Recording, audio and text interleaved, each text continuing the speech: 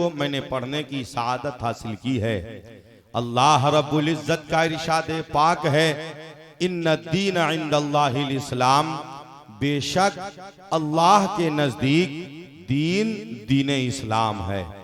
जो तादाद जो गिनती बताई जाती है कि इतने मजहब, इतने मसलक, इतने धर्म इस रुए जमीन पर हैं, तो मजहबों की तादाद है, दीन की तादाद नहीं है। दीन सिर्फ और सिर्फ एक है और वो दीन दीन इस्लाम है। हजरत मोहतरम ज़हन व फिक्र को हाजिर करें, जिस दीन मतीन की तबलीग आकाए करीम सल्लल्लाहु अलैहि वसल्लम ने आज से तकरीबन 1500 बरस पहले मक्कतुल मुकर्रमा की मुकद्दस सरजमीन से जबल अबू कुबैस से जिस दीन की दावत अल्लाह के रसूल ने दी, मुस्तफ़ा जान रहमत सल्लल्लाहु अलैहि वसल्लम ने जिस दीन को दुनिया के सामने रखा, वहदानियत का पाठ पढ़ाया, अल्लाह रब्बुल इज्जत का सही पता बताया, अल्लाह रब्बुल इज्जत की दावत को नबी पाक सल्लल्लाहु अलैहि वसल्लम आम करते रहे। अल्लाह पाक का हुक्म हुआ मक्का मुकर्रमा को छोड़ने का। आकाए करीम ने मक्का मुकर्रमा को छोड़ा, मदीना मुनव्वरा तशरीफ लाए। यहाँ से भी दीन मतीन की खिदमत हो रही है, दीन दिन ब दिन तरक्की पजीर हो रहा है। आकाए करीम सल्लल्लाहु अलैहि वसल्लम पर्दा फरमा जाते हैं। आकाए करीम सल्लल्लाहु अलैहि वसल्लम को जाहिरी इस जहान फानी से गुजर जाने के बाद अब बड़ा मसला आया कि दीन मतीन का कमान किसके हाथ में दिया जाए, दीन मतीन की हिफाजत अब कब कैसे कैसे हो पाए। दीन मतीन को फैलाने के लिए अब कोशिशें जो की जाएंगी वो किनकी निगरानी में काफिला निकलेगा, उसका गार्जियन कौन होगा, जिम्मेदार कौन होगा, हाकिम कौन होगा, सर्वे सर्वा कौन होगा। मुसलमानों में थोड़ा सा इख्तिलाफ हुआ, थोड़े से इख्तिलाफ पर मगर हजरत सिद्दीक अकबर रजी अल्लाह ताला अन्हु को इस्लाम का पहला खलीफा मुकर्रर किया गया। हजरत उमर फारूक ने कहा, नबी पाक सल्लल्लाहु अलैहि वसल्लम ने अपनी जिंदगी में जिसे अपनी मौजूदगी में मुसल्ला इमामत पर आगे बढ़ाया, हमें उसी को मान लेना है। और वो जात हजरत सिद्दीक अकबर की जात थी। 2.5 साल तक खिलाफत के बागडोर को संभालते रहे। जब आपकी शहादत हुई तो हजरत सिद्दीक अकबर ने अपनी शहादत से कबल पूरे मदीना और मक्का के मुअज्जज हजरात को बैठाकर अपने बाद कौन बनेगा खलीफा, हजरत उमर के लिए लोगों को इकरार करा, तैयार करा लिया। जब हजरत सिद्दीक अकबर की शहादत 2.5 बरस खिलाफत के बागडोर को संभाल कर जब हजरत सिद्दीक अकबर की शहादत होती है, उनके बाद हजरत उमर फारूक इस्लाम के दूसरे खलीफा मुकर्रर किए जाते हैं। हजरत उमर फारूक के खलीफा बनते ही हर तरफ सन्नाटा छा गया, हर तरफ एक अजीब दहशत फैल गई कि वो उमर जब खलीफा नहीं थे तब रसूल पाक के तरीके के खिलाफ कुछ बर्दाश्त नहीं करते थे। अब तो वो खलीफा वक्त हैं, अब ना जाने उनकी तलवार कितनी तेजी से चलेगी, अब ना जाने किस कदर उनके मामलात बनेंगे। मदीना के बाजार में सन्नाटा पड़ गया, हर तरफ सन्नाटा ही सन्नाटा है। हजरत उमर फारूक ने पूछा, ये सन्नाटे की वजह क्या है? तो बताया गया, हुजूर आपके खलीफा बनने की वजह से पूरे बाजार में सन्नाटा है। कहा क्यों? कहा लोग कहते हैं जब हजरत उमर खलीफा नहीं थे तब तो उनका ये आलम था कि कोई नबी ये पाक के तरीके के खिलाफ कदम उठाए तो तलवार उठा लेते थे। अब तो वो खलीफा वक्त हैं, अब उन्हें रोकने वाला कौन है? हजरत उमर फारूक कहते हैं मस्जिद नबवी शरीफ में अहले मदीना को बुलाया जाए। बुलाया गया, हजरत उमर फारूक मिंबर शरीफ पर तशरीफ फरमा हुए और हजरत उमर फारूक कहते हैं मदीना वाले सुन लो, उमर पहले से भी ज्यादा सख्त हो गया है।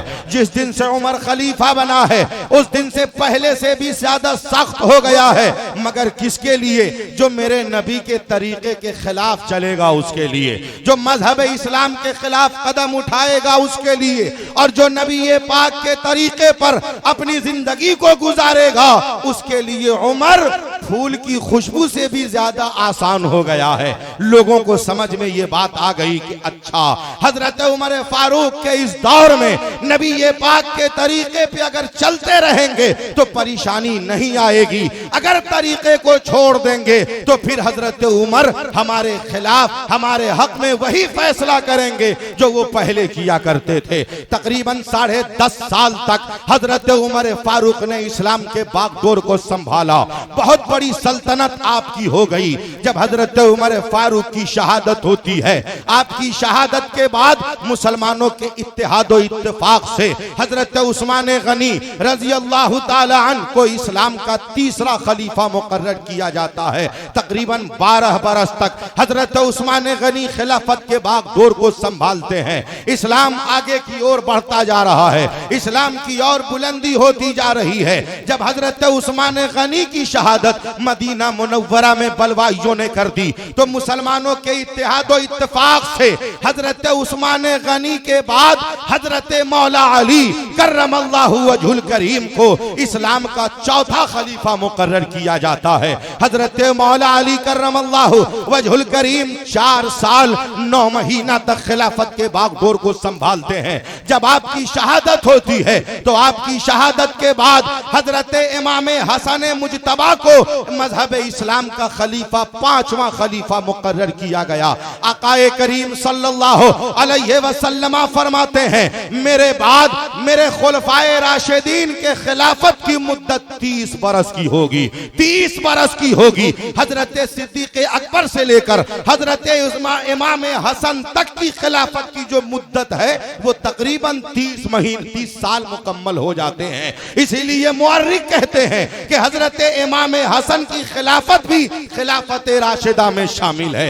हजरत इमाम हसन खलीफा वक्त हैं। माहौल बिगड़ गया समाज का, बहुत सारे लोग हजरत अमीर माविया के सपोर्ट में आए। उन लोगों का कहना हुआ हजरत अमीर माविया को खलीफा मुकर्रर किया जाए। एक तरफ हजरत अमीर माविया के सपोर्टर हैं, एक तरफ हजरत इमाम हसन के सपोर्टर हैं। इमाम हसन देखते हैं अगर हम खिलाफत हजरत अमीर माविया को न सौंपते हैं तो मुसलमानों को आपस में ही लड़ने की नौबत आ जाएगी, हमारे मुसलमान भाई आपस में लड़ जाएंगे। हुसैन पाक कहते हैं घबराओ नहीं, मुसलमानों को आपस में लड़ने से बचाने के लिए हम अपनी खिलाफत हजरत अमीर माविया को सौंप रहे हैं, क्योंकि वो सहाबी रसूल भी हैं, वो इस लायक भी हैं, वो लायक व फायक भी हैं। हजरत अमीर माविया को इस्लाम का खलीफा मुकर्रर किया गया।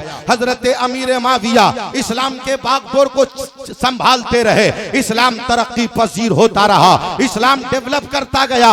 जब हजरत अमीर माविया का इंतकाल 60 हिजरी रजब के महीने में इंतकाल होता है, हजरत अमीर माविया के इंतकाल होने के बाद बगैर किसी के इत्तफाक के, बगैर किसी की मर्जी से यजीद अपने आप को खलीफा प्रोजेक्ट कर देता है। यजीद अपने आप को खलीफा होने का ऐलान कर देता है। शाम को यजीदों ने खरीदना शुरू किया, मुल्क शाम को अपने फेवर में लेना शुरू किया और मुल्क इराक के लिए अपने चेलों को रवाना कर दिया कि मुल्क इराक के भी लोगों को अपने फेवर में ले लो। अब बात रही मक्का और मदीना की, तो वहां हजरत अब्दुल्ला बिन जुबैर हैं, हजरत अब्दुल्ला बिन उमर हैं, हजरत अब्दुर्रहमान बिन अबू बकर हैं, हजरत इब्ने अब्बास हैं, हजरत सईद खुदरी हैं और सबसे बड़ी जात हजरत इमाम हुसैन रजी अल्लाह ताला अन्हु की है। इन सबों को अपने फेवर में लेना है। अगर ये लोग ना आए तो इन सबों को मौत के घाट उतार देना है, सबों को तड़पा कर शहीद कर देना है। यजीद ने फरमान जारी कर दिया। इसी फरमान के पेश नजर वाली मदीना वलीद बिन उतबा के पास ये खबर आती है कि हजरत अमीर माविया का इंतकाल हो चुका है, यजीद तख्त नशीन हो चुका है, यजीद की बैत इमाम हुसैन कबूल कर लें। इमाम आली मकाम ने कहा सुनो, हम हजरत अमीर माविया को खलीफा मान रहे हैं, इसलिए मान रहे थे कि हजरत अमीर माविया जब खलीफा थे उनके दौरे खिलाफत में ही कूफा के लोगों ने कहा था हुजूर इमाम हुसैन से कि हुजूर अब कूफा आइए, हमको हजरत अमीर माविया की खिलाफत मंजूर नहीं है। तो इमाम हुसैन ने कहा हजरत अमीर माविया की खिलाफत को मानो, इसलिए कि हजरत अमीर माविया को खलीफा भाईजान ने मुकर्रर किया है, मुसलमानों ने इत्तेहाद और इत्तेफाक से मुकर्रर किया है, लिहाजा हम भी उन्हें खलीफा मानते हैं। फिर उनके बाद देखा जाएगा। वही हुआ, यजीद के हाथ से मुल्क शाम निकलता इराक निकलता जा रहा है, अरब निकलता जा रहा है। इमाम हुसैन के पास खुला खत आया कि या तो आप यजीद की बैत कबूल करें या मरने को तैयार हो जाएं। हुसैन पाक ने बरजस्ता कहा, हम जान तो दे देंगे मगर यजीद को खलीफा नहीं मानेंगे। क्यों नहीं माना यजीद को खलीफा? क्या कारण था कि नहीं माना? जब हजरत अली के बाद हजरत इमाम हसन खलीफा बन सकते हैं तो हजरत अमीर माविया के बाद उनका बेटा यजीद खलीफा क्यों नहीं बन सकता है? ज़हन को हाजिर करें, यजीद को इमाम हुसैन ने जो अलग किया, यजीद की जो मुखालफत की, यजीद के खिलाफ जो इमाम हुसैन ने मोर्चा खोला, उसकी वजह क्या थी? क्या कोई जाती लड़ाई थी? क्या कोई बचपन की लड़ाई थी? जी नहीं। इमाम हुसैन 4 हिजरी में पैदा हुए थे और यजीद 25 हिजरी में पैदा हुआ था। 21 साल का फर्क था उम्र में एक दूसरे के। इमाम हुसैन 21 साल के बड़े थे, यजीद 21 साल का छोटा था। मक्का के सियासी हालात ये थे कि जिसकी उम्र 40 बरस की होगी वो कबीले का सरदार बनेगा। यहां तक कि जब नबी ये पाक की उम्र 40 बरस की हुई तब ऐलान नबूवत मेरे आका ने फरमाया। इस्लाम ने बहुत मजबूती से 40 को पकड़ रखा है शुरू से। तो यजीद की उम्र 40 बरस की भी न थी, यजीद उस लायक भी नहीं था। अगर उन तमाम में कोई लायक व फायक था तो वो जात इमाम हुसैन की जात थी, वो जात शेर खुदा के शहजादे की जात थी। इमाम हुसैन ने यजीद का बाइकाट इसलिए न किया कि खलीफा हमें बनना है, इसलिए बाइकाट न किया कि हुकूमत हमें करनी है, इसलिए बाइकाट न किया कि जमीन का झगड़ा है, पैसे का झगड़ा है, तख्तो ताज का झगड़ा है। बात ये नहीं थी। बाइकाट इसलिए किया कि यजीद शराबी था, यजीद जानी था, यजीद तारीक नमाज था, यजीद के हरकत ऐसे थे कि वो बेटियों को जायज समझता था।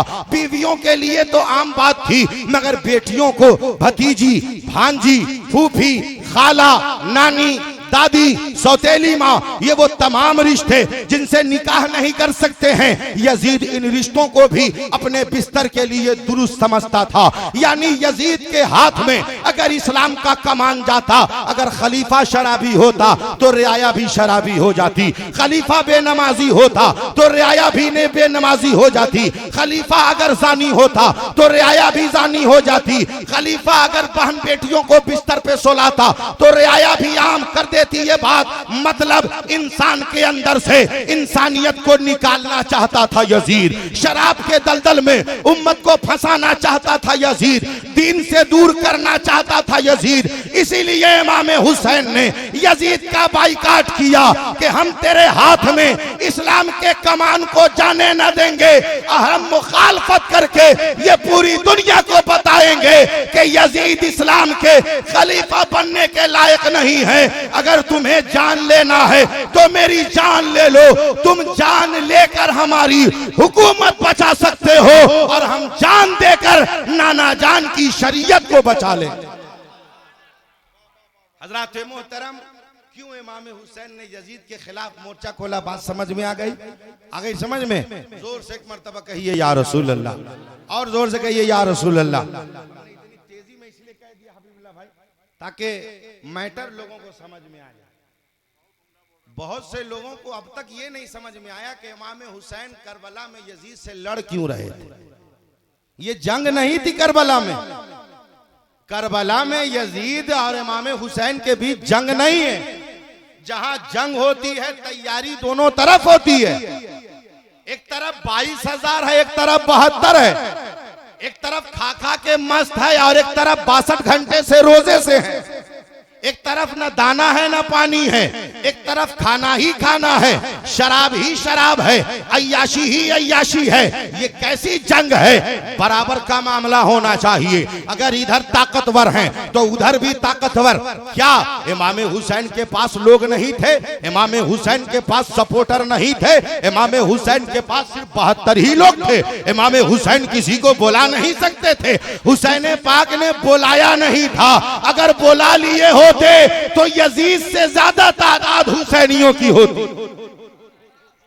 इमाम हुसैन ने किसी को बुलाया नहीं था, दावत किसी को दिया नहीं था, हम जा कहां रहे हैं ये किसी को न बताया था कि हम करबला में शहीद होने जा रहे हैं, हम यजीद से मुकाबला करने जा रहे हैं, हम यजीद का मुंह तोड़ जवाब देने जा रहे हैं। बल्कि ये कहा था कि कूफा के लोगों ने जो दावत दी है हम उसी दावत पे जा रहे हैं, कूफा वालों ने जो बुलाया है हम उन्हीं के बुलावे पे जा रहे हैं। एक तरफ 22,000 है, एक तरफ 72 है। जरा गौर करें, 72 है, न दाना है न पानी।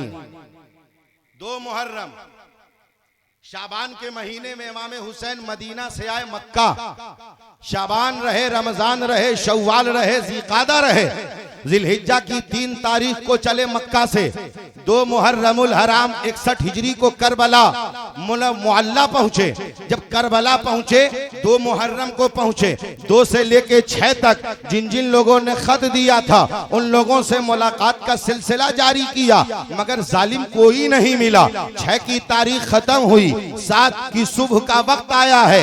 जालिम यजीदियों ने नहरे फुरात पर पहरा लगाया है। 7 को इमाम हुसैन का पानी बंद हुआ। 7 का पूरा दिन गुजरा, 8 की पूरी रात गुजरी, 8 का पूरा दिन गुजरा, 9 की पूरी रात गुजरी, 9 का पूरा दिन गुजरा, 10 की रात आई। यजीदियों ने मोमेंट बनाया कि आज ही हमला कर देते हैं, अब भी ही लड़ाई कर लेते हैं। हुसैन पाक अगर रात ही में लड़ लेते तो फायदा मिलता। इनके पास तो 72 थे, 72 कहीं छुप जाते और यजीदी आपस में लड़ भिड़ कर मर जाते। मगर हुसैन पाक हजरत अब्बास अलंबरदार से कहते हैं, भाई आप जाइए और उन जालिमों से बात कीजिए कि रात में जंग न करे, इसलिए कि आज की रात आशूरा की रात है, आज की रात इबादत की रात है, आज की रात अल्लाह रब्बुल इज्जत को राजी करने की रात है। आज रात हम इबादत कर लेते हैं, कल सुबह सुबह जंग की तैयारी कर लेंगे। हजरत अब्बास अलंबरदार जाते हैं, उबैदुल्लाह बिन ज़ियाद के पास खबर जाती है। ये उबैदुल्लाह बिन ज़ियाद जानते हैं कौन है? हजरत अब्बास अलंबरदार के अपने मामू का बेटा है, सगे मामू का बेटा है। और हजरत अब्बास अलंबरदार हुसैन पाक के सौतेले भाई हैं। हजरत खातून जन्नत के पर्दा फरमा जाने के बाद हजरत अली ने हजरत उम्मे बनीन से निकाह किया, जिनसे 5 लड़के पैदा हुए और वो पांचों के पांचों करबला में हुसैन पाक के साथ मौजूद थे। यानी हुसैन पाक के हकीकी भतीजे भी करबला में हैं और सौतेले भाई भी करबला में हैं। कुर्बान जाएं जब हजरत अब्बास अलंबरदार खबर भेजते हैं कि रात की हमें मोहलत चाहिए, रात में हमें जंग न करना है, हम कल करेंगे। तो उबैदुल्लाह बिन ज़ियाद कहता है, फूफी की तबीयत कैसी है? मेरी फूफी कैसी हैं? वो खाने भेजवाता है। हजरत उम्मे बनीन कहती हैं, ले जाकर उसी दरिंदे को दे दो, मुझे खाना भेजता है और पानी भेजता है। अरे जिनका सदका पूरा जमाना खा रहा है उनके नवासे को जालिमों ने भूखा रखा है, जिनके सदके में पूरा जमाना जिंदगी गुजार रहा है जालिमों ने उन्हें भूखा प्यासा रखा है और मुझे दाना पानी भेजता है। अल इख्तिसार, रात की जो जंग का जो मोमेंट बना था वो मोमेंट टल जाता है। इमाम हुसैन के पूरे खीमे वाले इबादत में लग जाते हैं, रात भर गुजर जाती है। रात में बहुत सारे वाकयात नमूदार हुए, मगर मैं उसको जिक्र न कर रहा हूँ। 10 की सुबह आती है, यजीदी खीमे की तरफ से ललकारा जाता है कि जंग का आगाज किया जाए। 10 मुहर्रमुल हराम है, 61 हिजरी है, जुमे का दिन है, सुबह सुबह का वक्त है। इमाम पाक ने अपने 72 जानेसारों को बिठाया और कहा, सुनो सुनो मेरे जानेसारों, अब तक जो आपने मेरा साथ दिया है इसके लिए हम आपका शुक्रिया अदा करते हैं, मगर आप लोग वापस चले जाइए, इसलिए आपके दुश्मन नहीं है, हमारे दुश्मन हैं। इन सबों को आपका खून नहीं चाहिए, हमारा खून चाहिए। ये सब हमारे लिए आए हैं, आपके लिए नहीं। आप सब चले जाइए, इसलिए कि आपकी बच्चियां हैं घरों में, आपकी बीवियां हैं, आपकी माएँ हैं, आप सब चले जाएं। मेरा तो 6 महीने का लाल भी यहाँ है, 18 बरस का अली अकबर भी यहाँ है, 22 बरस का ज़ैनुल आबिदीन भी यही है, 7 बरस की बेटी मेरी सकीना भी यही है, मेरी बीवी भी यही है, मेरी बहन भी यही है, मेरा भतीजा भी यही है, मेरा पूरा घर तो यही मौजूद है। आप लोग चले जाइए। उन 72 ने कहा, इमाम हुसैन, हम लोग करबला से जाने के लिए करबला नहीं आए हैं, बल्कि अपनी जान को इस्लाम पर लुटाने के लिए करबला आए हैं। हज़रात मोहतरम कुर्बान जाएं, कोई न गया, जंग का आगाज होने वाला है। इमाम हुसैन की तकरीर होती है, उनकी तकरीर पर हुनबिर रियाही इमाम हुसैन के खीमे में चला आता है। जंग का आगाज हुआ, यके बाद दिगरे 72 जानेसार मैदान करबला में उतरते रहे। जब बाहर वाले लोग शहीद हो गए, अब हजरत अली अकबर की शहादत हो रही है। 18 बरस के बेटा हैं अली अकबर, 56 बरस की उम्र है इमाम हुसैन की। तारीख में आया है कि जब हजरत अली अकबर की शहादत हो गई, उनके जिस्म पाक को जब हजरत इमाम हुसैन उठाने के लिए करबला पहुंचे, 18 बरस के शहजादे के लाश को जब अपने गोद में उठाया है, तो रावी कहते हैं कि जब इमाम हुसैन करबला से निकले थे तो दाढ़ी शरीफ के और सरे मुबारक के बाल बिल्कुल काले थे, मगर जब करबला के मैदान से जब हजरत अली अकबर की लाश को लेकर खीमे में पहुंचे, तो इमाम हुसैन की दाढ़ी शरीफ के बाल और सरे मुबारक के बाल बिल्कुल सफेद हो चुके थे। ये था गमे हुसैन। इमाम हुसैन के आंखों से आंसू के कतरात बह रहे थे। इमाम हुसैन के आंखों से आंसू के कतरात बह रहे हैं। जबान पर अल्लाह के शुक्रिया के अल्फाज जारी हैं। इमाम आली मकाम मैदान करबला में अपने खीमे में तशरीफ फरमा है। यके बाद दिगरे खानदान वाले सब शहीद हो गए। इमाम हुसैन खुद आए मैदान करबला, आपको भी जालिमों ने शहीद कर दिया। ठीक जुमे का वक्त है, जब आपकी पेशानी पे तीर लगा, आप घोड़े के जीन पे आए, जब उससे नीचे आप जमीन पे आए, शेमर लईन आपके सीने पे सवार हो गया। जब शेमर सीने पे सवार हुआ तो हजरत इमाम हुसैन कहते हैं, जालिम मेरे सीने से हट जाओ और वक्त देखो, वक्त कौन सा है। वो ढलता हुआ पहर था, यानी जुहर और जुमा का वक्त हो रहा था। इमाम हुसैन कहते हैं, जालिम याद करो दिन कौन सा है और वक्त कौन सा है। इस वक्त हर मस्जिदों के मिंबर से मेरे नाना के खुतबे बयान किए जा रहे होंगे, मेरे बाबा के फजाइल बयान किए जा रहे होंगे। मेरे सीने से हट जाओ, मैं खुतबा तो नहीं पढ़ सकता हूं, कम से कम फर्ज तो अदा कर लूं। जालिम सीने से हटता है। हुसैन पाक नमाज शुरू करते हैं, रुकू करते हैं, सुजूद करते हैं, सजदे में हैं। शिमर ने, सिनान ने, खुली बिन यजीद ने अर्जेंट मीटिंग की कि देखो देखो, अगर हुसैन पाक सजदे से सर उठा लिए तो इनको संभालना बड़ा मुश्किल होगा, इन पर काबू पाना बड़ा मुश्किल होगा। ये वही हैं जिनके बाबा ने नारा लगाया था तो मैदान तो खैबर रेजा रेजा हो गया था। ये उसी बाप के बेटा हैं कि जब नारा लगाते थे तो दरियाए नील रास्ता दे दिया करती थी, दरियाए नील में रास्ता पैदा होता था। लिहाजा इनके सजदे से उठने से पहले इनके सर को कलम कर दिया जाए। शिमर के कहने पर यजीद और खुली बिन यजीद और सिनान के मशवरे से ये बात तय हुई। बाजरावी कहते हैं तलवार सिनान ने चलाई, किसी ने कहा खुली बिन यजीद ने चलाई, किसी ने कहा शिमर ने चलाई। बरवायत दीगर जालिम ने जैसे ही तलवार चलाया है, इमाम हुसैन के जिस्म अतहर से सरे अनवर को जुदा होना था। जुहर और जुमे का वक्त है, जैसे ही इमाम हुसैन का सरे अनवर जिस्म अतहर से अलग हुआ है, सूरज गायब हो गया है। हर तरफ से रोने की आवाज आने लगी है, आसमान से बारिश होने लगी। उस बारिश में करबला में पानी के कतरे नहीं बल्कि खून के कतरे गिर रहे थे। ऐ मुसलमानों, आज तो आप बारिशों के कतरों के बीच में बैठे हैं, आज पानियों के बीच, पानी के बीच में बैठे हैं, मगर मेरे हुसैन के घर वाले कल करबला में जहां मौजूद थे वहां आसमान से खून के कतरे गिर रहे थे। हर तरफ गम की लहर दौड़ गई। जिन्नातों में गम की लहर है, जानवरों में गम का मामला है, समंदर में मछलियों में गम का मामला है। मस्जिद अक्सा के अतराफो अकनाफ में जब पत्थर उठाए जा रहे हैं तो पत्थर के नीचे से ताजा ताजा खून निकल रहा है। हजरत उम्मे सलमा उम्मुल मोमिनीन के घर जो मिट्टी रखी थी शीशी शरीफ में, जब उस मिट्टी को देखी जा रही है तो वो मिट्टी भी खून में तब्दील हो चुका है। हर तरफ इमाम हुसैन के गम का मामला छा गया है। हर तरफ इमाम हुसैन के गम का मामला छा गया है। रावी हजरात कहते हैं आसमान को लाल होने की आदत न थी, उससे पहले आसमान में लाली न छाती थी, मगर करबला में आसमान जो सुर्ख हुआ उस दिन से उसे सुर्ख होने की आदत पड़ गई, उस दिन से उसे लाल होने की आदत पड़ गई। अल इख्तिसार इमाम हुसैन की शहादत हो चुकी है, मगर अजीब मुअम्मा है, अजीब मामला है। अभी इमाम हुसैन के खीमे में हुसैन पाक का सर नहीं पहुंचा है। इनके शहादत की खबर कैसे हुई? इमाम हुसैन का घोड़ा तड़पता हुआ हजरत ज़ैनब के कदम में जाकर दम तोड़ता है। अहले खाने को पता हो गया कि इमाम हुसैन शहीद हो चुके हैं, मगर कोई करबला में इसलिए ना आए कि हुसैन पाक ने मना कर दिया था कि करबला में आप लोग ना आएंगे, मुझे तलाशेंगे नहीं, इसलिए कि यजीदियों के नरगे में मुझे रखा जाएगा, मेरे भी जिस्म को रौंदा जाएगा।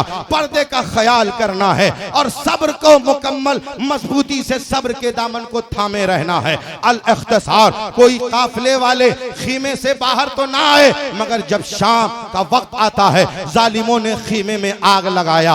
हजरत ज़ैनब के खीमे में जब आग लगा तो हजरत ज़ैनब अपने 22 बरस के भतीजे हजरत ज़ैनुल आबिदीन को कंधे पर लेती हैं और हाथ में हजरत सकीना के हाथ को पकड़ती हैं, क्योंकि भाईजान ने सकीना के हाथ को ज़ैनब के हाथ में थमाया था। हजरत ज़ैनब अपनी भतीजी, अपने भतीजे और पूरे खाना, पूरे खीमे वाले को लेकर उस खीमे से निकलती हैं, क्योंकि खीमे में आग लगा दिया गया है। जब बगल वाले खीमे में गई जिसमें मर्दों को रखा गया था, जैसे ही कदम रखा है उसमें भी आग लगा दिया। उसमें से जब लोग बाहर आए, उसके बगल में एक खीमा है जिसमें जानवरों को बांधा जाता था, जब उसमें ये लोग पहुंचे उसमें भी आग लगा दिया गया। तीनों खीमे जल के राख हो गए। अब न बिछाने का बिस्तर है, न ऊपर का सामयाना शामयाना है, खून से तरबतर सरजमीन है करबला की। अब ये सब रहे तो कहां रहे? हजरत ज़ैनब कहती है रहना तो है, रात को गुजारना है, अब कहां जाएं?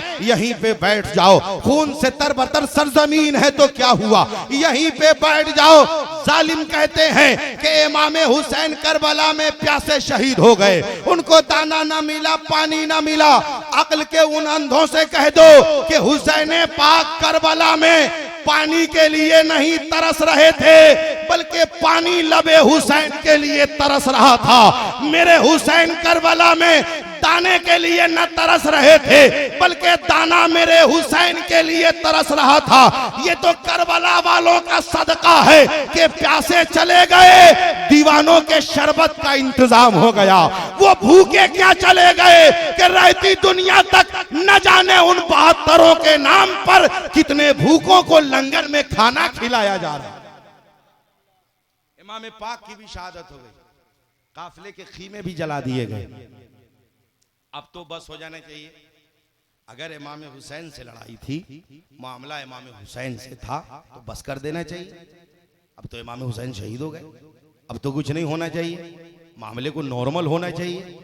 मगर नॉर्मल क्या हुआ? और सख्त हो गया, और ज्यादा सख्त हो गया। हर तरफ करबला में अजीब मैसेज मिला। अगर करबला में जंग होती तो जंग तो हुसैन पाक हार गए थे। हार गए क्यों? सबके सब मर गए, हार गए, सबके सब शहीद हो गए, हार गए। करबला में जंग इमाम हुसैन हार गए, मगर दुनिया ये कोई कहने को तैयार नहीं है कि मेरे हुसैन हार गए। अजीब जंग है करबला में। जो काटा वो हार गया, जो कटा वो जीत गया, जो पानी पी के मस्त रहा वो हार गया, जो प्यासा तड़पा वो जीत गया। जिसने सामने वालों के एक एक लोगों को चुन चुन के शहीद कर दिया, तो शहीद होने वाले जीत गए और शहीद करने वाले हार गए। करबला से ये भी सबक मिलता है कि जुल्म करने वाला जालिम हार जाता है और जुल्म सहने वाला मजलूम जीत जाता है। करबला में हुसैन पाक बज़ाहिर तो हार गए, मगर ये उलमा कहते हैं कि करबला में जंग यजीद ने जीता है और मोर्चा हुसैन पाक ने जीता है, क्योंकि इमाम हुसैन शहीद हो गए, अपने मौकफ का सौदा न किए। कहा यजीद को न मानेंगे, न माना, यजीद के खिलाफ खड़े रहे और दुनिया को आज सबक मिल गया कि ताकत के साथ इस्लामी कानून को मिटाने की कोशिश करना ये यजीदियत फितना है। तो हर यजीदी फितने के लिए हर दौर में हुसैन का गुलाम खड़ा हो जाता है। कल यजीद के 22,000 के लिए 72 ने इस्लाम को बचा लिया। उन्हीं 72 का सदका है कि कानून बदलने से इस्लाम का कानून नहीं मिटेगा, कानून में संशोधन से इस्लाम का कोई नुकसान नहीं होगा। इसलिए कि इस्लाम न किसी असेंबली में पास हुआ है, न किसी पार्लियामेंट में पास हुआ है। हम मिट सकते हैं, इस्लाम नहीं मिट सकता है। हमारी जान जा सकती है, इस्लाम की नहीं।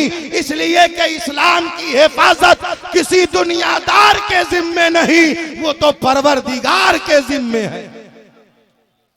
यही हुआ करबला में, जो बचाने गए थे सबके सब शहीद हो गए, सब। एक बेटा इमाम हुसैन के बच गए, 22 बरस के एक। और यजीद को कितना बेटा था जानते हैं?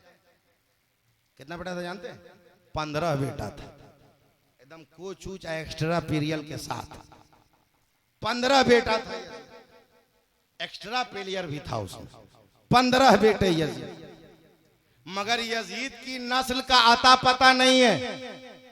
कहते हैं कि पूरी दुनिया में 2 से 3% यजीदी हैं बस, अभी भी हैं यजीदी, एकदम खत्म नहीं हुए, मगर 2 ही 3%, वो भी इराक भर में महफूज है। बस 2 से 3% है यजीदी। मगर हुसैनियों का आलम जहां जहां मुसलमान है वहां वहां हुसैनी, जहां जहां साहिब ईमान है वहां वहां हुसैन पाक की अजमतों के नारे लगाए जा रहे हैं। इमाम हुसैन के नाम पर लंगर खिलाए जा रहे हैं। जहन को हाजिर करें मैदान करबला में इमाम पाक के काफिले को यूं ही मैदान में छोड़ा गया।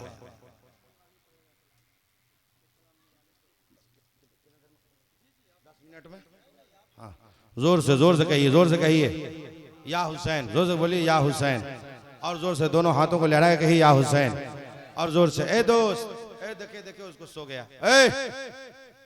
ए भाई, ओहो, वो तो संसद भवन में मंत्री लोग सो जाता है यार, तू काय के लिए सो रहा? ए भाई साहब इधर देखिए, इधर इधर। ओ हेलो, वो जो सर पे टोपी नहीं है ना, इसलिए आपको नींद आ रही। सर पे महफिल शरीफ में बैठा कीजिए तो सर पे टोपी लेकर या रुमाल रखकर जरूर सर को ढक के बैठा कीजिए। जोरदार आवाज में कहिए या हुसैन, और जोर से कहिए या हुसैन। रात मोहतरम तकरीर सुन रहे हैं ना, अच्छा लग रहा है ना? जबरदस्ती नहीं ना सुन रहे हैं, पैसा नहीं ना सधा रहे हैं। क्या बुलाए हैं तो माल तो सधाने होगा। अगर पैसा सधाने की नीयत से सुन रहे हैं तो मत सुनिए, फिर किसी दूसरे दिन बुला के पैसा सधा लीजिए। और अगर दिल से सुन रहे हैं तो सुनिए। जोरदार आवाज में कहिए या हुसैन, और जोर से कहिए या हुसैन। ओ पन्नी वाले बाबा जिंदा है ना? हाँ ठीक है, बहुत हेवी अंदाज में है पन्नी शाह बाबा।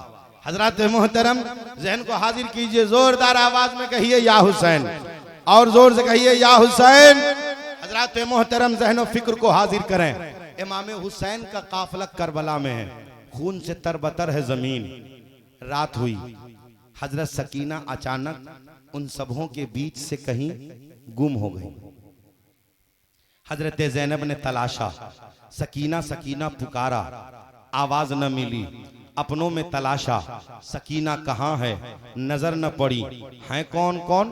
हजरत इमाम हुसैन की 2 बीवी, एक हजरत शहरबानो और एक हजरत अली असगर की माँ, हजरत इमाम कासिम की माँ, हजरत उम्मे बनीन, हजरत इमाम मुस्लिम की 2 साहबजादियाँ, हजरत इमाम हुसैन की बहन हजरत ज़ैनब, हजरत इमाम हुसैन की हकीकी बेटी हजरत सकीना 7 बरस की, हजरत ज़ैनुल आबिदीन 22 बरस के हुसैन पाक के शहजादे। यही यही सब है मैदान करबला में, वहीं पे इकट्ठा हैं। जब तलाशा जा रहा है उसमें हुसैन पाक की शहजादी पे नजर न पड़ रही है। हजरत ज़ैनब तड़प गई, सकीना कहाँ है, सकीना कहाँ है। भाईजान को हम जवाब क्या देंगे, इसलिए कि भाईजान ने तो मेरे हाथ में सकीना के हाथ को पकड़ाया था और कहा था बहन ज़ैनब सकीना का ख्याल रखना, मेरी शहादत के बाद मेरी याद में जो सबसे ज्यादा रोएगी वो सकीना है, मेरी याद में जो सबसे ज्यादा तड़पेगी वो सकीना है, लिहाजा सकीना का ख्याल रखना। हजरत ज़ैनब कहती हैं अल्लाह अल्लाह,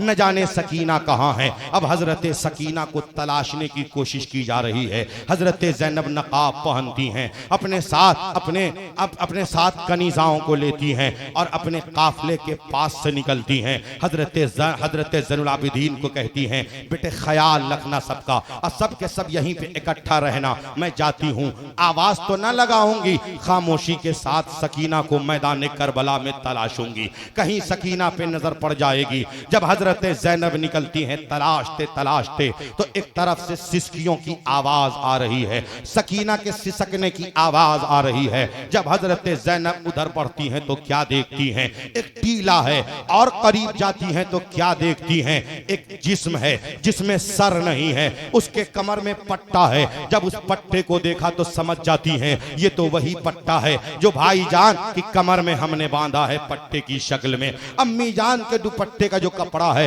हमने तो उसी को बांधा है, लग रहा है वो भाईजान का ही जिसमें पाक है। जब हजरत ज़ैनब और आगे बढ़ती हैं तो क्या देखती हैं, उसी जिसमें पाक से हजरत सकीना लिपटी हुई हैं और तड़प तड़प के कह रही हैं बाबा कहाँ जाऊं, बाबा कहाँ जाऊं, बाबा कहाँ जाऊं। हजरत ज़ैनब पहुंचती हैं, कहती हैं बेटी तू यहाँ है, हम तुम्हें वहां तलाश रहे हैं, कहाँ कहाँ तलाश रहे हैं, सबके सब खीमे सबके सब तेरा इंतजार कर रहे हैं, तू यहाँ है। तो हजरत सकीना कहती हैं फूफी जान मैं आई नहीं हूँ, मेरे बाबा ने मुझे बुलाया है। हजरत ज़ैनब कहती है क्या कह रही है, तो हजरत सकीना कहती है हाँ फूफी जान हम सब के सब बैठे थे, हम भी बैठे थे, अचानक बाबा की याद आने लगी, वो प्यारा मंजर याद आने लगा, मैं बाबा को पुकारने लगी, बाबा हुसैन कहाँ है आप, बाबा कहाँ हैं आप, बाबा कहाँ हैं आप। हजरत सकीना कहती हैं फूफी जान जैसे मैंने पुकारना शुरू किया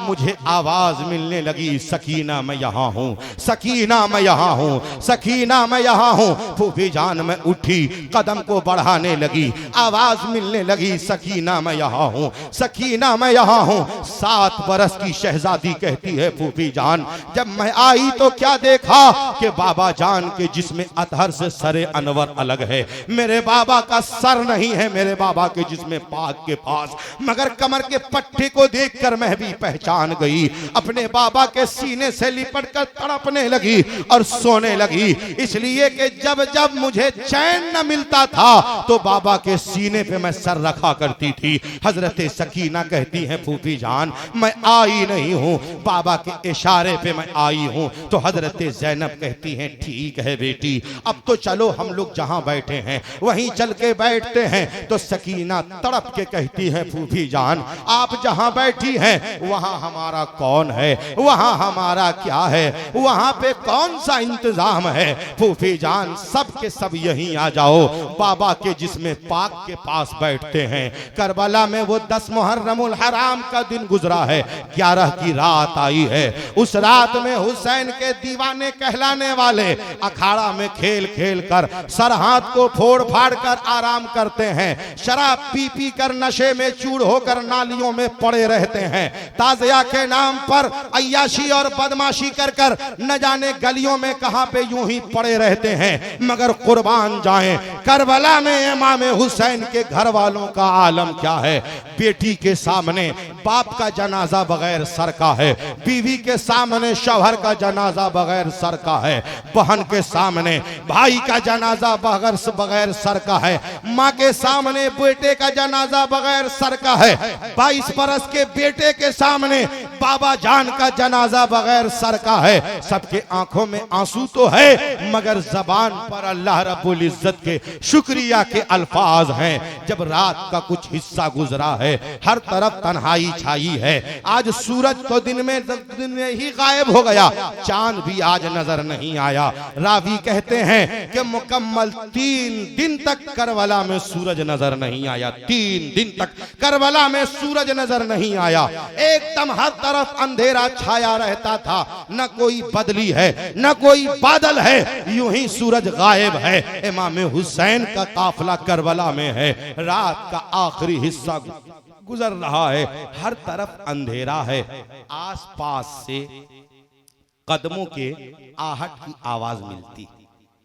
जब कदमों के आहट की आवाज मिली तो सकीना कहती हैं, फूफी जान लगता है कोई आ रहा। हजरत ज़ैनब कहती हैं, आने वाले अपने रास्ते को तब्दील कर लो, यहां पे नबी की नवासियां बैठी। इतना कहना था, एक आवाज आती है, बेटी घबराना नहीं, तेरी मां फातिमा हूं, तुझे देखने आई। तेरे बाबा अली आए हैं, नाना मुस्तफा जाने रहमत आए हैं, तेरी नानी खदीजतुल कुबरा आई हैं, बेटी घबराना नहीं। तो 7 बरस की बाली सकीना तड़प के कहती हैं, फूफी जान हम सब की इस हालत का पता सबको है। कहा हाँ बेटी, हम लोग बज़ाहिर यहाँ अकेले हैं मगर अकेले नहीं, सब के सब हमारे साथ हैं। हम इम्तिहान दे रहे हैं, हमारी कामयाबी में सब लगे। रात गुजरी, दिन गुजरा, रात गुजरी, सुबह के वक्त जिस दिन लोग तीजे में लग जाते हैं, फजर के बाद हजरत ज़ैनुल आबिदीन के गले में तौक, हाथ में हथकड़ी, पैर में बेड़ी, पूरे बदन पे जंजीर जकड़ दिए गए, कैदी बना दिया गया। हजरत सकीना, हजरत ज़ैनब, शहरबानो, हजरत अली असगर की माँ, हजरत उम्मे बनीन, हजरत इमाम मुस्लिम की बेटियां और जितनी औरतें हैं सबों को कैदी बना लिया गया। इमाम हुसैन के जिस्म पाक को दफन भी न किया गया। 3 दिन तक हुसैन पाक का जिस्म पाक यूं ही है करबला में, मगर ताजगी का ये आलम कि जैसे अभी शहीद हुए हों। काफिला निकल गया, यजीदियों ने अपने लोगों को दफन कर दिया, हुसैन पाक को छोड़ दिया। काफिला करबला से निकला, सकीना तड़प के पूछने लगी, फूफी जान अभी 15 दिन भी न हुए हैं, आए थे तो काफिले में खुशी ही खुशी थी, अब जा रहे हैं तो हर तरफ गम ही गम है। काफिला करबला से निकल गया।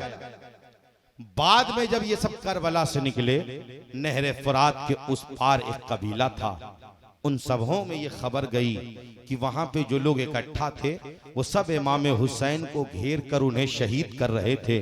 उनके जिस्म पाक को यूं ही छोड़ा गया है।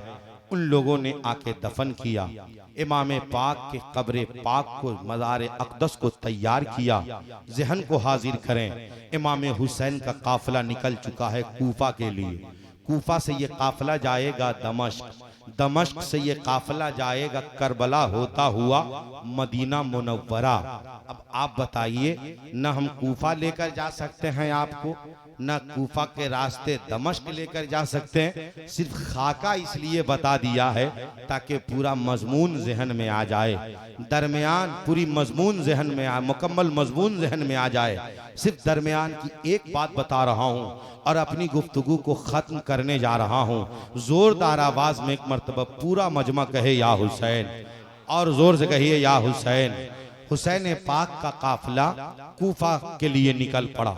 जहां इब्ने ज़ियाद है वहां से ये काफिला दमिश्क जाएगा, जहां यजीद है दमश्क से ये काफिला कहाँ जाएगा, करबला मुअल्ला होता हुआ मदीना मुनव्वरा जाएगा।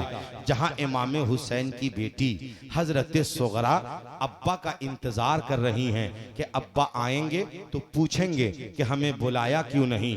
भैया अली अकबर का इंतजार कर रही हैं कि वो आएंगे तो पूछेंगे कि हमें बुलाया क्यों नहीं। हजरत सुगरा हजरत अली असगर का इंतजार कर रही हैं कि वो आएंगे तो उन्हें खिलाएंगे, उन्हें खूब प्यार करेंगे, अपने गोद में संभालेंगे। मगर क्या पता सुगरा को कि कोई आने वाला नहीं है। हुसैन पाक का काफिला कूफा के रास्ते में है। अचानक काफिले का पानी खत्म हुआ। जब काफिले का पानी खत्म हुआ तो यजीदियों ने, इब्ने साद ने कहा पानी खत्म है लिहाजा काफिले को रोक लो। जब काफिले को रोका गया तो यजीदियों ने अपने लिए शामियाना लगा लिया, अपने लिए टेंट लगा लिया। उसमें सारे यजीदी आ गए। इमाम हुसैन के काफिले वालों को, उनके लुटे हुए काफिले को यूं ही धूप में छोड़ दिया, क्योंकि वो करबला के बाहर का मामला है। यूं ही धूप में छोड़ा, वो चिलचिलाती हुई धूप है। हजरत सकीना जिस ऊंटनी पे बैठी थी, अचानक हजरत सकीना की वो ऊंटनी बैठ गई। जब उनकी ऊंटनी बैठी तो उन्हीं के बगल में छोटी छोटी झाड़ियां थी। हजरत सकीना ऊंटनी से उतरकर उसी झाड़ियों के नीचे जाकर सो गई। तकिया बनाती किस चीज का, हाथ तो बंधे हुए थे, उसी बंधे हाथ को लेकर हजरत सकीना सो गई। आंख लग गई, काफिले का पानी आ गया, काफिला चला गया, हजरत सकीना वहीं पे छूट गई। जब काफिला आगे जाकर रुका, अब तलाशा जा रहा है कि हजरत सकीना कहाँ हैं, हजरत सकीना कहाँ हैं। तो हजरत ज़ैनब कहती हैं हो ना हो, जहां काफिला रुका था वहीं सकीना छूट गई हो, लिहाजा हजरत सकीना को लाया जाएगा। उनको लाने के लिए हमें जाना पड़ेगा। उनके साथ चंद उनकी जो कनीजाएं थी वो साथ हो गई। हजरत ज़ैनब वहां से निकलती हैं। जब वापस उस मकाम पर आती हैं जहां पे काफिला रुका था तो क्या देखती हैं कि हजरत सकीना उसी झाड़ियों के पास एक औरत के साथ बैठी हैं जो नकाब पोश खातून हैं, उनके साथ बैठी हैं। अब वो हजरत सकीना से पूछ रही हैं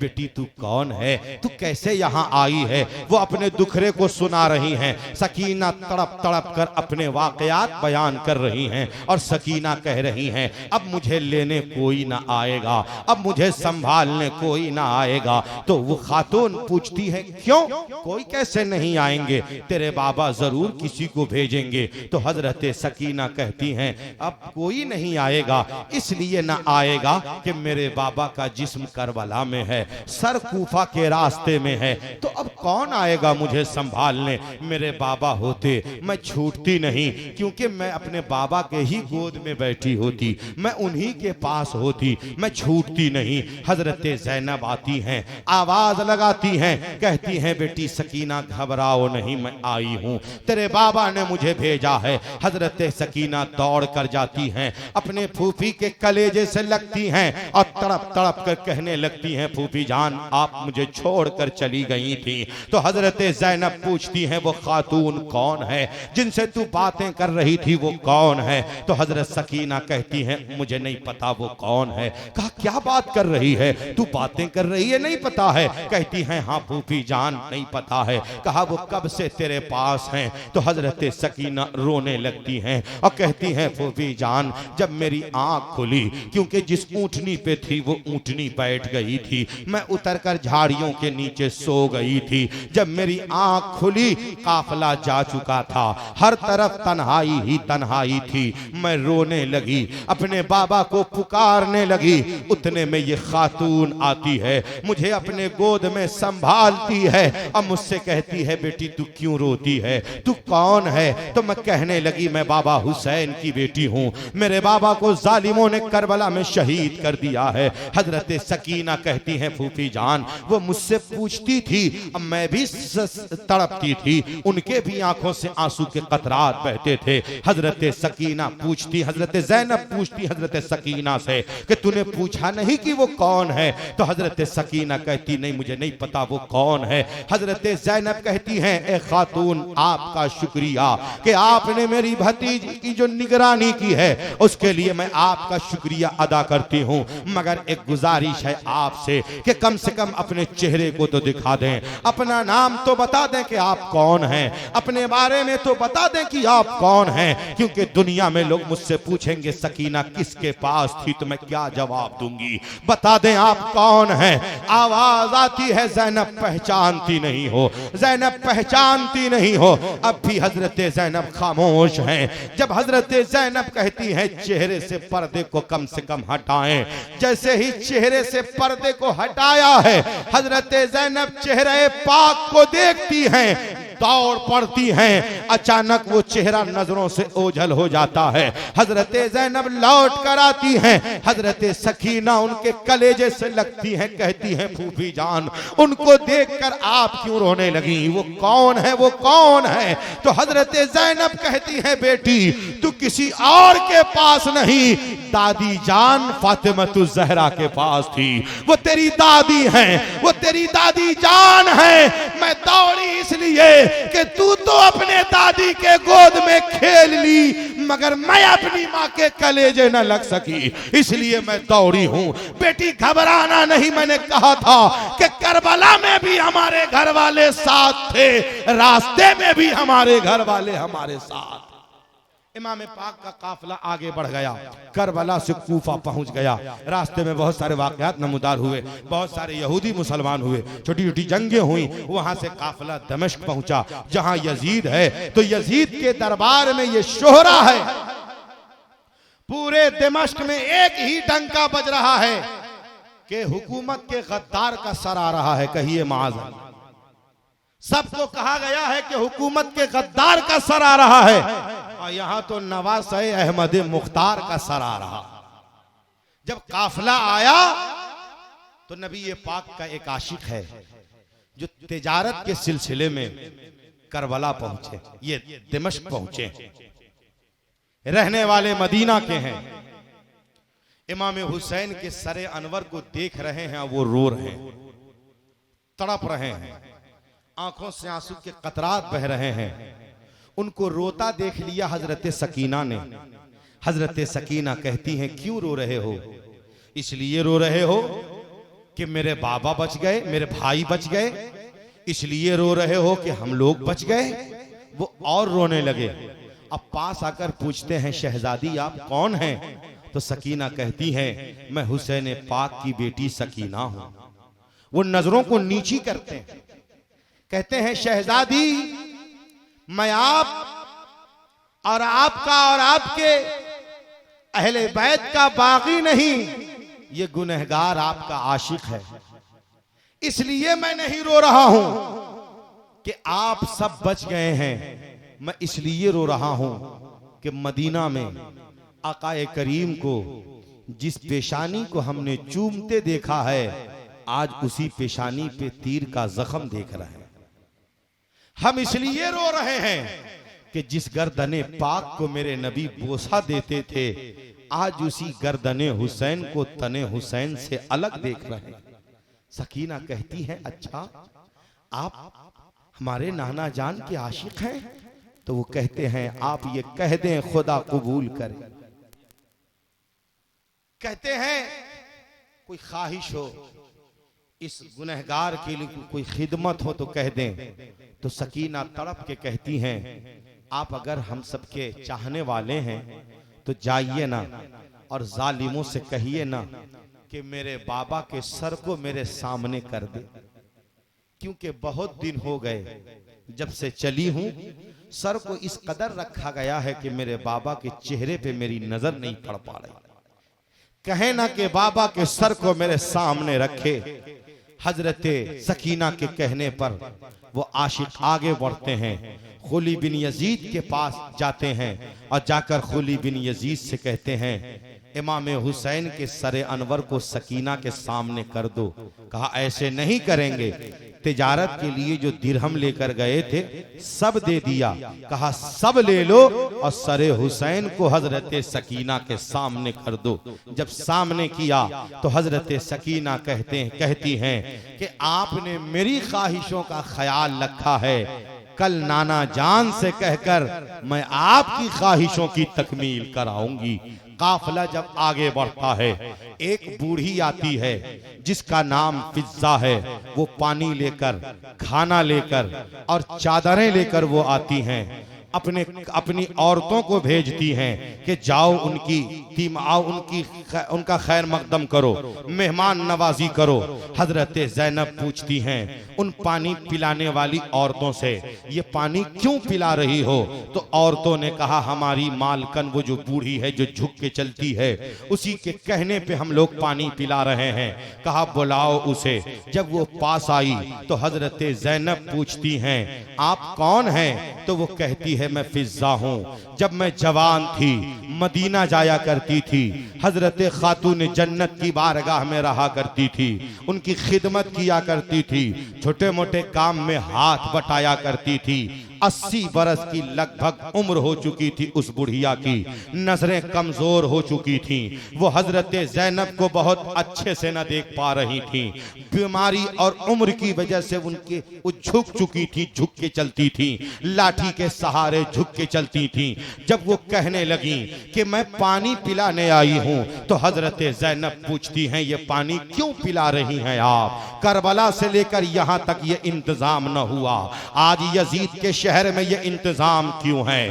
तो वो ज़ईफा कहती है सुनो सुनो, मैं अपने मन से ये पानी न पिला रही हूँ। जब मैं आने लगती थी मदीने से, तो हजरत खातून जन्नत से मैं पूछती थी कोई नसीहत कर दे मेरे लिए, कोई वसीयत कर दे मेरे लिए। तो खातून जन्नत ने आखिरी मर्तबा मुझसे कहा था कि जब तू कहाँ की रहने वाली है? तो मैंने कहा तो रहने वाली मैं हबशा की हूँ, अब मेरा रहना सहना दमश्क में होता है। तो हजरत फातिमा ज़हरा ने कहा था अच्छा तू दमश्क की रहने वाली है? कहा जी। कहा अब तेरे दमश्क में कभी कोई काफिला आए, जिस काफिले में दाने पानी की कमी महसूस हो, जो भी काफिला आए उस काफिले वाले को पानी पिलाना, उसे खाना खिलाना, यही तेरे लिए वसीयत है। जब भी कोई काफिला दमश्क आता था, सबों को वो बुढ़िया दाना पानी खाना खिलाती थी। आज तो हुसैन पाक का लुटा हुआ काफिला आया है, अगर वो पानी पिलाने जा रही हैं, यजीदी अगर रोकेंगे तो लोगों को पता चल जाएगा कि ये सर किसका है। यजीद सब कुछ पर्दे में रखना चाह रहा था। जब कहा कि हजरत खातून जन्नत की वसीयत के मुताबिक मैं पानी पिला रही हूँ, हजरत ज़ैनब तड़प गईं और कहती हैं कि बूढ़ी आप जब खातून जन्नत के यहाँ रहती थी तो उस वक्त वहाँ कौन कौन थे? तो वो ज़ईफा कहती है उस वक्त हजरत इमाम हसन और हजरत इमाम हुसैन थे, अभी जवान न हुए थे दोनों, और उनकी बहन हजरत ज़ैनब थी, बड़ी प्यारी थी। हजरत खातून जन्नत की गोद में छोटी सी शहजादी थी। हजरत ज़ैनब तड़प जाती हैं, वो ज़ईफा से पूछती हैं सुनो सुनो, अब तेरी कोई ख्वाहिश भी है, तेरी कोई तमन्ना भी है? तो वो फिजा कहती है हाँ बस मेरी एक तमन्ना है, मैंने सुना है कि खातून जन्नत का इंतकाल हो गया है, वो पर्दा फरमा गई हैं। हजरत इमाम हसन की भी शहादत हो गई है, मगर मालूम चला है इमाम हुसैन बड़े हो गए हैं, बुढ़ापे के करीब आ चुके हैं, उनके भी बच्चे हो गए हैं, उनका भी घर आबाद हो गया है। अब मेरी आखिरी तमन्ना है कि मदीना जाने का मौका मिल जाता, फिर से हुसैन पाक को देखने का मौका मिल जाता, हजरत ज़ैनब की ज़ियारत नसीब हो जाती, यही तमन्ना है। खातून जन्नत की जो यादगारें हैं उन यादगारों की ज़ियारत हो जाती, ये तमन्ना है। तो हजरत ज़ैनब कहती हैं बूढ़ी तो अब ले तेरी तमन्ना पूरी होने वाली है, अब तेरी तमन्ना पूरी होने वाली है। वो ज़ईफा कहती है क्या कह रही है? कहा हाँ हाँ मुझे गौर से देखो, जिस ज़ैनब को तूने खातून जन्नत के गोद में देखा है, ये वही ज़ैनब है जो आज कैदी बनकर तेरे सामने खड़ी है। जब बूढ़ी इतना सुनती है, इस कदर जज्बात में खड़ी होती है कि मर्द से जो उसके कमर झुक गए थे वो बिल्कुल सीधी खड़ी हो जाती है। हजरत ज़ैनब कहती हैं सिर्फ मुझे ही तू क्या देखेगी, देख ले वो जो नेज़े पे सर है वो हुसैन पाक मेरे भैया का सर है, वो जो नेज़े पे सर है मेरे भतीजे अली अकबर का सर है। ज़ईफा देख कर बेजार हो जाती है, अपने बालों को फैला देती है और कहती हैं ए कूफा की औरतें, दमिश्क की औरतें, ए मर्दे अपनी निगाह को नीची कर लो, अपनी निगाहों को अलग कर लो, ये किसी और का काफिला नहीं, नबी ये पाक के घर वालों का काफिला है। आगे आगे फिजा आती हैं, अपने बाल को फैला कर आती हैं और जब यजीद के दरबार में आती हैं तो हुसैन पाक की शहजादी हजरत सकीना आ रही हैं, हजरत ज़ैनब आ रही हैं। यजीद को ललकारा है हजरत फिजा ने और कहती हैं ए जालिम तुम्हें शर्म नहीं आई हुसैन पाक को शहीद करवाते, तूने तो खबर करवा रखा है कि हुकूमत के गद्दार का सर है और यहाँ तो नवासे अहमद मुख्तार का सर आ रहा है, मौला अली के शहजादे का सर आ रहा है। यजीद ने जब बगावत के अल्फाज को सुने तो यजीद ने ऑर्डर दिया कि इस बुढ़िया के सर को कलम कर दो। जब इतना कहा तो वो बूढ़ी कहती है, यजीद के दाएं बाएं 15-20 हब्श के नौजवान खड़े थे तलवार लेकर। फिजा कहती है ए हब्श के मर्दों, तेरी मर्दानगी को क्या हो गया है कि हब्श के नौजवानों के सामने हब्श की एक बूढ़ी बेटी पर तलवार चलाई जाए और हब्श के नौजवान तमाशा देखते रहें।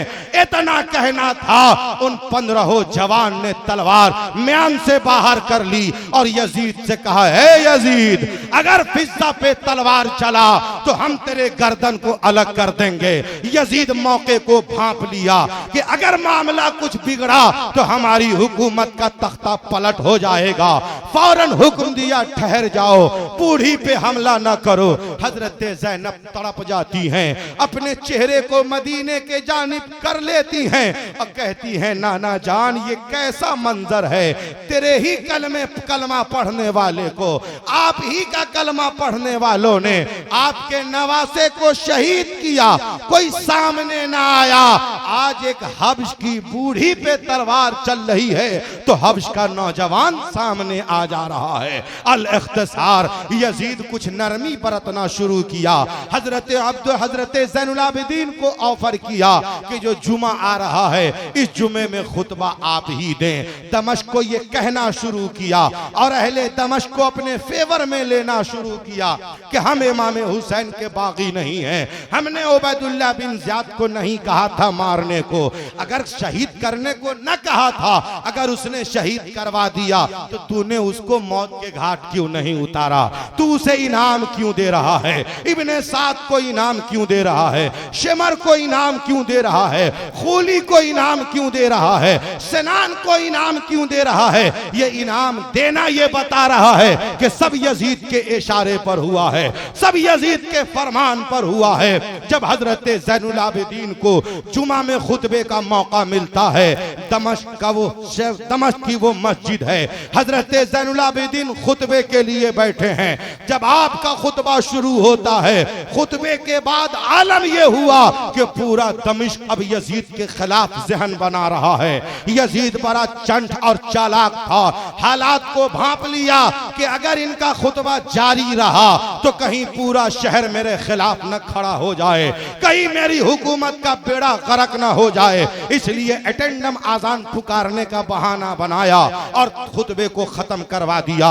खुतबा खत्म होता है, नमाज मुकम्मल होती है। हजरत ज़ैनुल आबिदीन के कहने पर काफिले को वहां से निकलने की इजाजत मिलती है। हुसैन पाक का काफिला करबला होता हुआ मदीना मुनव्वरा रबीउल अव्वल के महीने में फिर पहुंच जाता है। इमाम हुसैन का काफिला पहुंच रहा है मदीना में। हजरत सुगरा इंतजार में है, अब्बा को ना देखा तड़प गई, भाई को ना देखा तड़प गई, अपने छोटे भाई को ना देखी तड़प गई। हजरत ज़ैनुल आबिदीन से पूछने लगी, भैया अब्बा जान कहाँ है, अली अकबर कहाँ है, अली असगर कहाँ है, आनो मोहम्मद कहाँ है, कासिम कहाँ है, बताओ न चचा अब्बास कहाँ है। तो हजरत ज़ैनुल आबिदीन कहते हैं बहन तू तो अपने कान से सुनेगी, मगर तेरे इस भाई ने सब कुछ अपनी नजर से देखा है, सब कुछ अपनी आंख से देखा है। बहन सब्र कर ले, तेरे बाबा हमारे बाबा नाना जान के दीने मतीन की हिफाजत के लिए करबला में शहीद हो गए हैं। अल इख्तिसार काफिला मदीना में आया, दरबारे रसूल में आया। सलामी पेश करने के बाद सब लोग अपने अपने खीमे में अपने अपने घर चले गए, अपने अपने घर में कयाम पजीर हो गए। हजरत ज़ैनुल आबिदीन घर आए, रोजा रख रहे हैं। अफ्तार की घड़ी आती है, पानी को मुंह के पास लाते हैं, आंखों से आंसू के कतरात आते हैं और जबान पर वो जुमले आते हैं, काश के ये पानी करबला में मिलता तो मेरा अली असगर प्यासा शहीद न होता, काश के ये पानी करबला में मिलता तो अली अकबर प्यासा शहीद न होता।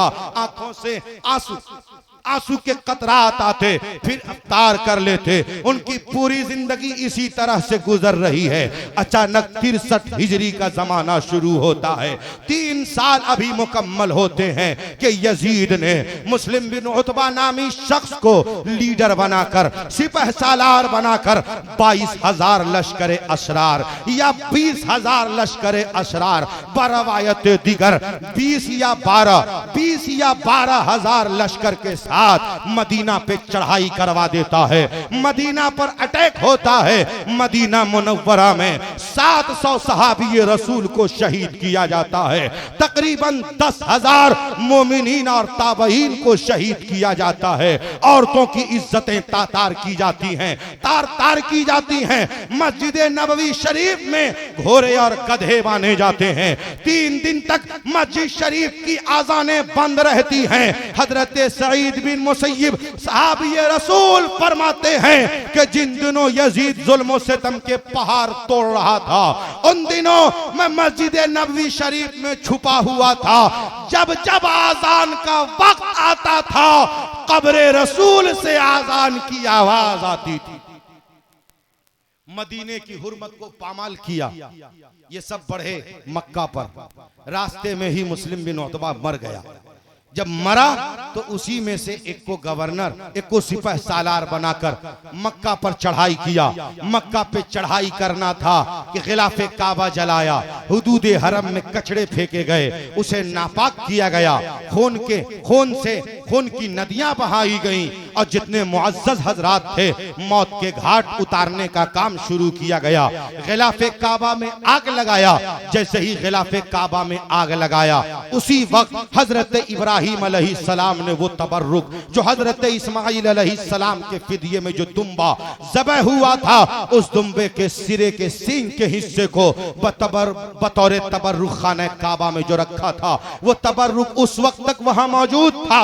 उसी के बाद से वो तबर्रुक लापता है। यानी खिलाफे काबा में आग लगाया, इधर खिलाफे काबा जल रहा है, उधर यजीद तड़प रहा है। लोग उसे उसके मुंह में पानी डाल रहे हैं, पानी अंदर न जा रहा है। उसके बदन से बदबू आने लगी। लोग उससे भाग खड़े होने लगे, हटने लगे। यजीद तड़प तड़प कर जब दमिश्क में दम तोड़ा, उसके मरने की खबर जैसे ही मक्का आई, हजरत अब्दुल्ला बिन जुबैर ने तैयारी की और यजीदियों को तोड़ाना शुरू कर दिया।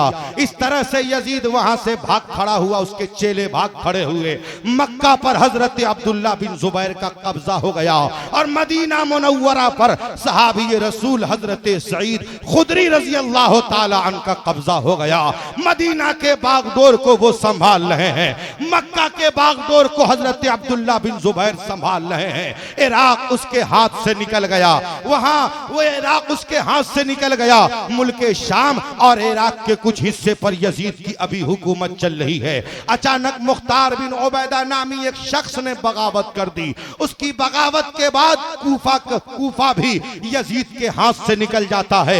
यजीद के हाथ से कूफा निकला अब यजीद के मर जाने के बाद दमिश्क में यजीद की गद्दी पर यजीद का बेटा बैठता है। उसको ऐसी बीमारी पकड़ती है कि आए दिन वो बीमारी में मुब्तला रहता है। उसने गद्दी पे बैठना छोड़ दिया और कहा ये गद्दी मुझे न चाहिए जिस गद्दी से हुसैन इब्ने अली के खून की बू आ रही हो, जिस गद्दी से अहले बैत के खून की बू आ रही हो।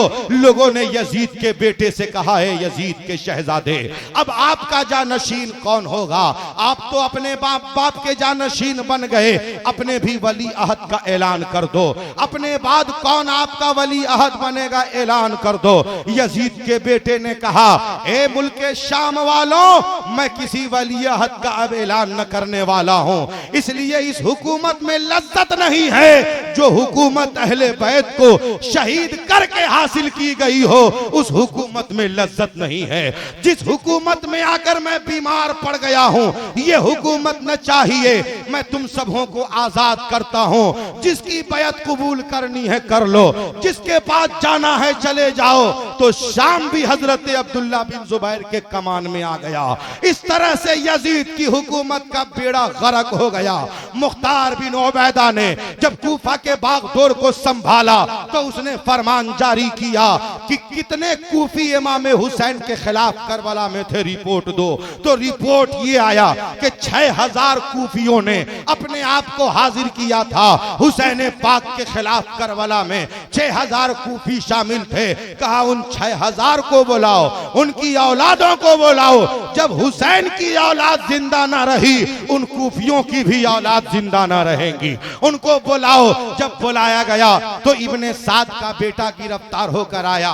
पूछा तेरा बाप कहाँ है? तो कहा मेरे बाप आजकल गोशा नशीन रहते हैं, अब इबादतों में लगे रहते हैं। मुख्तार बिन उबैदा कहता है जालिम, अब वो गोशा नशीन हुआ है, उस दिन क्यों ना हुआ जिस दिन हुसैन इब्ने अली करबला में थे? उस दिन गोशा नशीन क्यों ना हुआ? उस दिन तो मैदान में था, अब वो गोशा नशीन हो गया है। गिरफ्तार करके लाओ। लाया गया, उसके हाथ काटे गए, उसके पैर काटे गए, उसे आग में झुलसाया गया, मौत के घाट उतारे गया। चुन चुन कर यजीदियों को मौत के घाट उतार दिया। जालिम मुख्तार बिन उबैदा, इसको भी क्या सूझ गई, इस मरदूद ने अपने आप को नबी होने का ऐलान कर दिया। इस तरह से कूफा भी मुख्तार बिन उबैदा के हाथ से निकल गया। फिर इस पर भी इस्लामी हुकूमत कायम हो गई। अल इख्तिसार देखे, हर तरफ इमाम हुसैन के दीवाने छा गए। यजीदियत का नामो निशान मिट गया। 15 बेटे यजीद के, उसकी नस्ल का अता पता नहीं। एक बेटे हुसैन पाक से दुनिया के चप्पे चप्पे में हुसैन पाक की औलाद नजर आ रही है। हजरत मोहतरम, करबला से ये मैसेज मिल गया कि हक को बचाने के लिए तादाद की जरूरत नहीं, ईमान की जरूरत पड़ती है। हक को बचाने के लिए हथियार की जरूरत नहीं, जुर्रत ईमानी की जरूरत पड़ती है। क्योंकि करबला में हुसैनियों के जिस्म में दाना नहीं है, पानी नहीं है, तो बदन में ताकत कहाँ है, हिम्मत कहाँ है? मगर कुर्बान जाएं बगैर दाना बगैर पानी के जो मैदान में खड़े हैं। ये जिस्मानी ताकत का असर नहीं, ये सब ईमानी ताकत का कमाल था, रूहानी ताकत का कमाल था। इसलिए मुसलमानों, करबला में जो जंग जीती गई है वो जिस्मानी ताकत से नहीं, जिस्मानी ताकत वाले हार गए और ईमानी ताकत वाले जीत गए। अर्ज ये करना है, अपने ईमान को मजबूत करें, अपने मौकफ पे आप कायम रहें। कोई आपकी जान ले सकता है मगर आपके ईमान का सौदा नहीं कर सकता है, शरीयत का सौदा नहीं कर सकता है। इसलिए अर्ज करना है, जिंदगी के हर मोड़ पर नबी ये पाक की शरीयत पर अमल करें, मसलक के आला हजरत के परचम को बुलंद करें और बागियान इस्लाम का मुंह तोड़ जवाब देते रहें। हम रहें या न रहें, इस्लाम का सर बुलंद रहेगा। हम या रहें या न रहें, मुसलमानों का सर बुलंद रहेगा। यही तो हुआ है करबला में। हुसैन पाक सर नेज़े पर रखकर चले गए। आज पूरी दुनिया में मुसलमानों का सर फख्र से ऊंचा।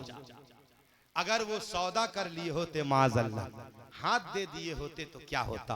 कितना बड़ा पैगाम मिला कि आप जिस चीज को बचाएंगे वो बच जाए। ईमान की हालत में जिस चीज को बचाएंगे वो बच जाएगा। कैसे?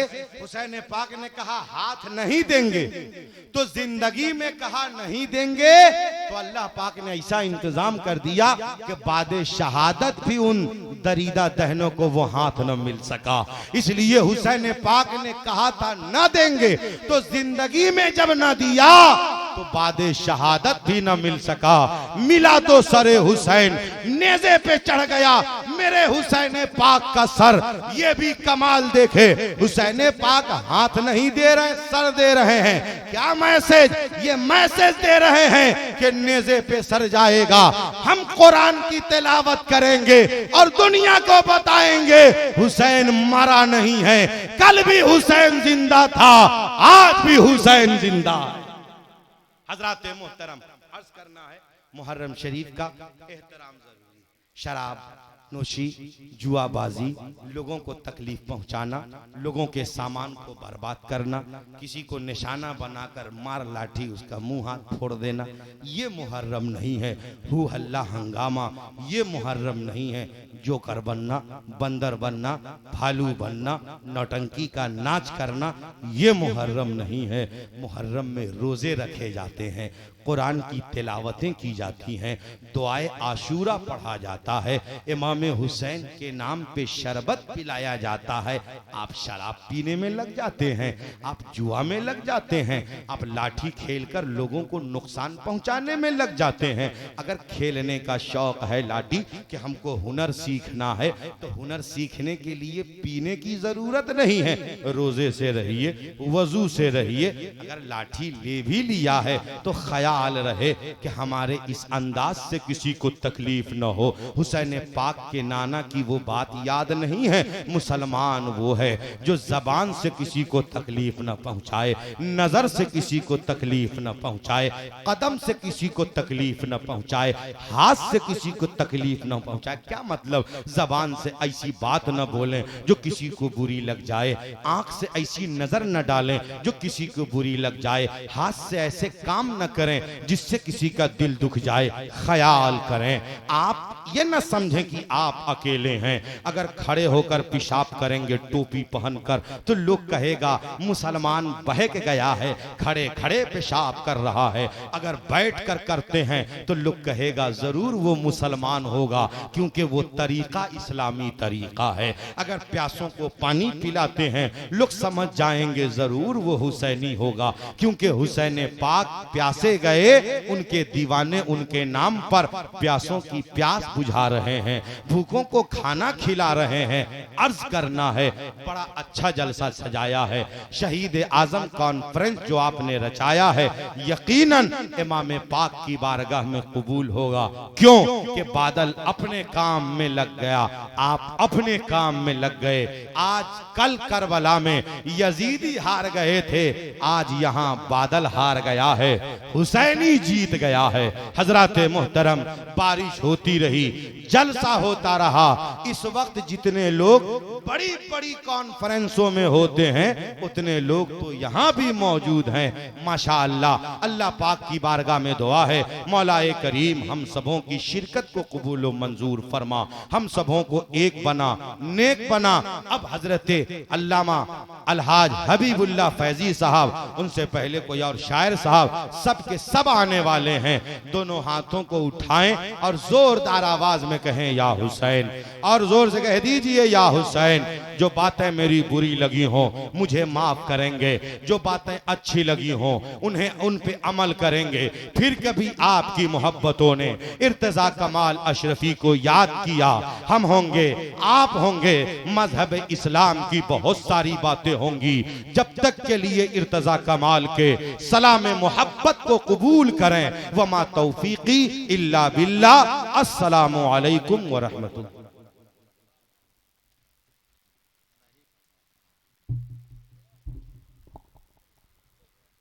दो चार शेर फिर सलाम की तरफ हम लोग बढ़ेंगे। हजरत ने हुक्म दिया, फैजी बाबू दो तीन शेर आप पढ़ दो। मतलब पेश करता हूँ, दुरूद शरीफ पढ़ लें। अल्लाह रब्बु मुहम्मदिन सल्लल्लाहु अलैहि वसल्लम। नहनो इबादो मुहम्मदिन सल्लल्लाहु अलैहि वसल्लम।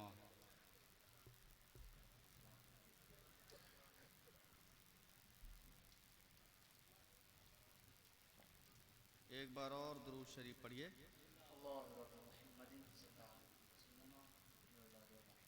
अल्लाहु रब्बु मुहम्मदिन सल्लल्लाहु अलैहि वसल्लम नहनु इबादु मुहम्मदिन सल्लल्लाहु अलैहि वसल्लम।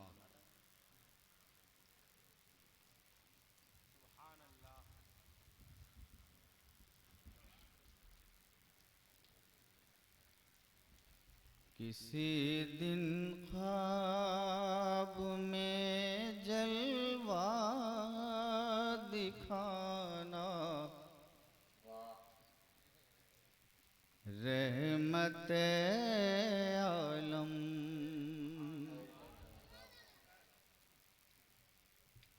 किसी दिन ख्वाब में जलवा दिखाना, रहमते आलम। किसी दिन ख्वाब में जलवा दिखाना, रहमते आलम।